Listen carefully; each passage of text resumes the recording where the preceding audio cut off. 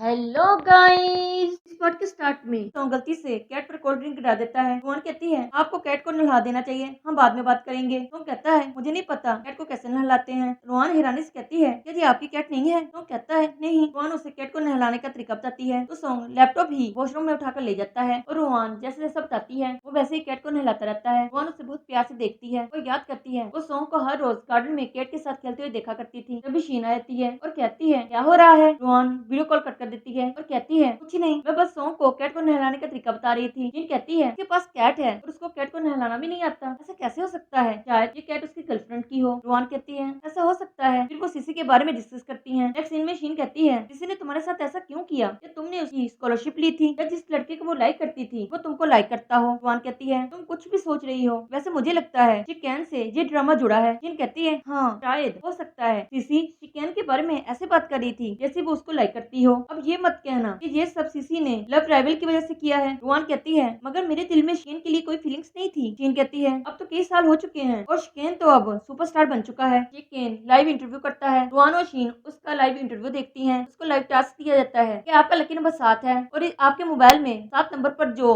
Contact है आप उस पर अभी कॉल करें। वो रोहन को कॉल करता है। रोहन हैरान होती है और कॉल पिक करती है। शिकेन कहता है मैं शिकेन बात कर रहा हूँ, तुम कैसी हो? रोहन हैरान होती है और अच्छे से उससे बात करती है। शिकेन कहता है हम जल्द ही मिलेंगे और फिर वो अपना लाइव इंटरव्यू फिनिश करता है और अपने कोलीग्स को थैंक्स करता है। केन याद करता है वो पियानो प्ले किया करता था और रोहन हमेशा उसका कॉन्सर्ट देखती थी। एक लड़की रोहन को शिकेन को फूल देने के लिए भिजवाती थी। रोहन शिकेन को फूल देती थी और शिकेन समझता था कि ये फूल रोहन उसको अपनी तरफ से देती है। फिर वो याद करता है एक दिन वो रोहन से मिलने के लिए आया तो शीन रोहन से कह रही थी तुम इस तरह फूल क्यों देती हो, ये ठीक नहीं है और तुम तो सॉन्ग को लाइक करती हो। ये बात सुनकर शिकेन उदास हो जाता है। रोहन सोचती है केस के लिए कोर्ट जल्दी ही जाना होगा, बस कुछ दिन बाकी रह गए हैं, मुझे अपनी सेफ्टी के लिए गार्ड्स रखना चाहिए या नहीं, शायद मैं ज्यादा ही सोच रही हूँ। फिर वो सो जाती है। तभी सीसी उसके कमरे में आकर उस पर अटैक करती है तो रोहन डर कर उठ जाती है। ये बस रोहन का ड्रीम होता है। नेक्स्ट मॉर्निंग वो रास्ते में होती है, उसको लगता है कि कोई उसका पीछा कर रहा है। सॉन्ग क्लाइंट के साथ मीटिंग में बिजी होता है। रोहन उसे कॉल करती है। सॉन्ग परेशान होकर कहता है तुम कहाँ हो? रोहन कहती है मैं बस घर पहुंच चुकी हूँ। वो अपने घर के पास एक कार देखती है और सॉन्ग को इस बारे में बताती है। सॉन्ग कहता है तुम मुझे वीडियो कॉल करना और मैं पुलिस को कॉल करता हूँ। तभी डोरबेल बजती है तो रोहन देखती है ये कैन उससे मिलने के लिए आया होता है। रोहन उससे मिलकर बहुत खुश होती है। शिकेन कहता है हमारी इंटरव्यू के दौरान बात हुई थी तो बस मैं तुमसे मिलने के लिए आ गया। रोहन उसको घर के अंदर आने के लिए कहती है। वो रोहन के लिए मिल्क टी लेकर आता है। शिकेन कहता है ये स्पेशल मिल्क टी है, तुम हाई स्कूल में जिस शॉप से मिल्क टी पिया करती थी मैं उसी शॉप से लेकर आया हूँ। रोहन खुश होती है तभी इसको याद आता है ये सॉन्ग परेशान हो रहा होगा। वो सॉन्ग को वीडियो कॉल करती है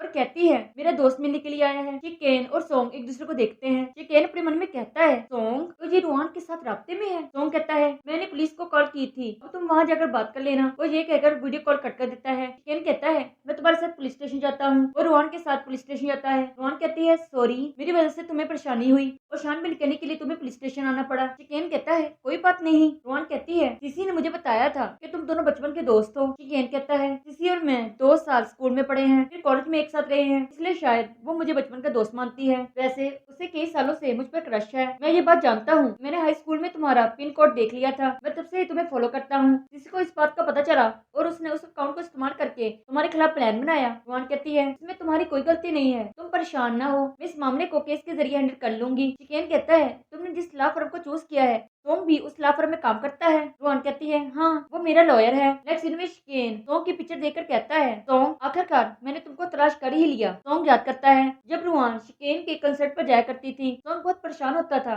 कि रोहन शिकेन को लाइक न करने लग जाए। ये याद कर सॉन्ग अपने मन में कहता है कि रोहन क्या तुम शिकेन को लाइक करती हो? तभी रोहन उसे मैसेज करके सॉरी कहती है कि मेरी वजह से आपको परेशानी हुई। नेक्स्ट सीन में रोहन कहती है 2 दिन हो गए हैं, सॉन्ग ने अभी तक मुझे मैसेज का रिप्लाई तक नहीं दिया, शायद वो बिजी होगा। उसे मैसेज करती है तुम बिजी हो, तुम मुझे बता दो हम केस के बारे में कब डिस्कस करेंगे। तो उसे मैसेज करके कहता है मैं 10 मिनट्स में तुम्हारे घर पहुंच रहा हूँ। रोहन हैरान होती है और जल्दी से तैयार होकर घर के बाहर आ जाती है। तो उसके घर आता है और वो कार में बैठ जाती है और कहती है तुम मेरे घर क्यों आए? तो कहता है एयरपोर्ट तुम्हारे घर के रास्ते में ही है, इसलिए मैंने सोचा मैं तुम्हें पिक कर लेता हूँ। रोहन कहती है सही। तभी उसका असिस्टेंट कहता है सर हॉस्पिटल जाना होगा, मिस जान की तबीयत खराब हो गई है। सॉन्ग असिस्टेंट को वहाँ जाने के लिए कहता है और कहता है बाद में तुम हमें पिक कर लेना। रोहन कहती है जब तक ड्राइवर वापस नहीं आता हम घर चले आते हैं, मगर उसे याद आता है उसके घर का सारा सामान बिखरा हुआ है। वो सॉन्ग से कहती है 1 मिनट वेट करना। सॉन्ग स्माइल करता है और वो समझ जाता है कि उसके घर का सारा सामान बिखरा हुआ है। रोहन घर जाकर सारा सामान सेट करती करती है और फिर सॉन्ग को घर के अंदर आने के लिए कहती है। वो सॉन्ग के लिए कॉफी तैयार करती है मगर सॉन्ग सो जाता है। वो कॉफी को उसके पास रख देती है और खुद काम करने लगती है मगर उसका ध्यान बार बार सॉन्ग की तरफ ही जा रहा होता है। वो उसे बहुत प्यार से देखती है। सॉन्ग को सर्दी लग रही होती है तो रोहान उसे ब्लैंकेट से कवर करती है। तभी उनका आई कांटेक्ट होता है। रोहान घबरा कर अपनी जगह पर वापस आ जाती है। सॉन्ग कहता है सॉरी मैं सो गया था। रोहान कहती है तुम्हें भूख लगी होगी,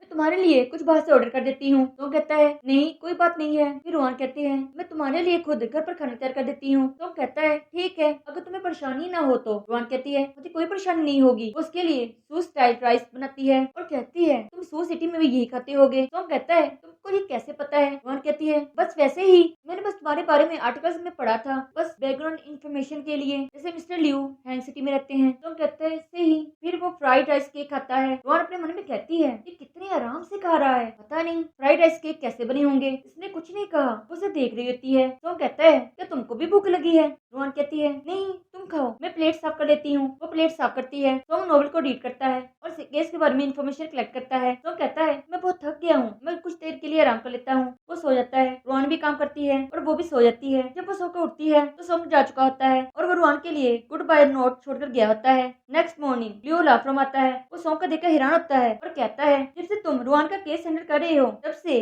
तुम जल्दी ही लाफ्रम आते हो, वरना तुम लाफ्रम हमेशा लेट आया करते थे। सॉन्ग खुश होता है और कहता है कल मैंने फ्राइड राइस केक खाए हैं। लियो कहता है तुमने खुद बनाए होंगे, कैसे बने। सॉन्ग कहता है रोहान ने मेरे लिए बनाए थे। लियो कहता है क्या वाकई एक क्लाइंट अपने लॉयर के लिए खाना कैसे बना सकता है, आखिरकार तुम दोनों के दरमियान क्या चल रहा है। सॉन्ग कहता है हाँ बिल्कुल, मगर ये क्लाइंट पर डिपेंड करता है कि वो अपने लॉयर के लिए खाना तैयार करता है या नहीं। हाँ अगर वो क्लाइंट आपको लाइक करे ये गिफ्ट वाली बात होगी। लियो हैरान होता है मगर सॉन्ग तो बहुत खुश होता है। रोहान सब उठती है तो वो देखती है सॉन्ग ने केस से रिलेटेड बहुत सारा काम कर लिया होता है। वो खुश होती है और उसे मैसेज करके थैंक्स कहती है। बारिश हो रही होती है। वो दोनों केस के बारे में वॉइस कॉल पर डिस्कस करते हैं। रोहन बताती है लड़की को बिजली की चमक से डर लगता था और वो मेन लीड को पियानो प्ले करते हुए सुना करती थी। तो कहता है पियानो वाला सीन तो दोनों राइटर्स का सेम है। रोहन कहती है वैसे भी पियानो वाला कमरा प्यारा ही लगता है, तुम भूल गए। सॉन्ग कहता है मैं क्या भूल गया। रोहन कहती है मेरा मतलब तुम वाईफाई ऑफ करना भूल गए। सॉन्ग स्माइल करता है और जानबूझकर अनजान बनते हुए कहता है वाईफाई तो मैं पहले ही स्विच कर चुका हूँ। रोहन कहती है अब तुम्हारी आवाज क्लियर सुनाई दे रही है। सॉन्ग कहता है मेरी लीड ने देखा था कि लड़की का क्लासमेट उसको परेशान कर रहा था, तो लड़की ने कहा था वो सिर्फ अपनी पढ़ाई पर तवज्जो देना चाहती है, उसे कोई भी डिस्टर्ब न करे। ये बात सुनकर लड़के ने कभी भी उससे अपने प्यार का इजहार नहीं किया, वो हमेशा खामोश रहा। रोहन कहती है ये तो नॉवल में नहीं लिखा है। सॉन्ग कहता है ये समझने की बात है, खुद समझनी चाहिए। फिर वो कहता है मैं वैसी ही बात कर रहा हूँ, इससे तुम नॉवल को और बेहतर बना सकती हो। वैसे बारिश रुक गई है। तभी रोहन याद करती है एक दिन हाई स्कूल में बारिश हो रही थी तो वो बिजली की चमक से डर रही थी। उसी वक्त वो सॉन्ग को चुपके से पियानो प्ले करते हुए देखती है और बहुत खुश होती है। फिर वो दोनों केस के बारे में डिस्कस करते हैं। रोहन बात करते हुए सो जाती है।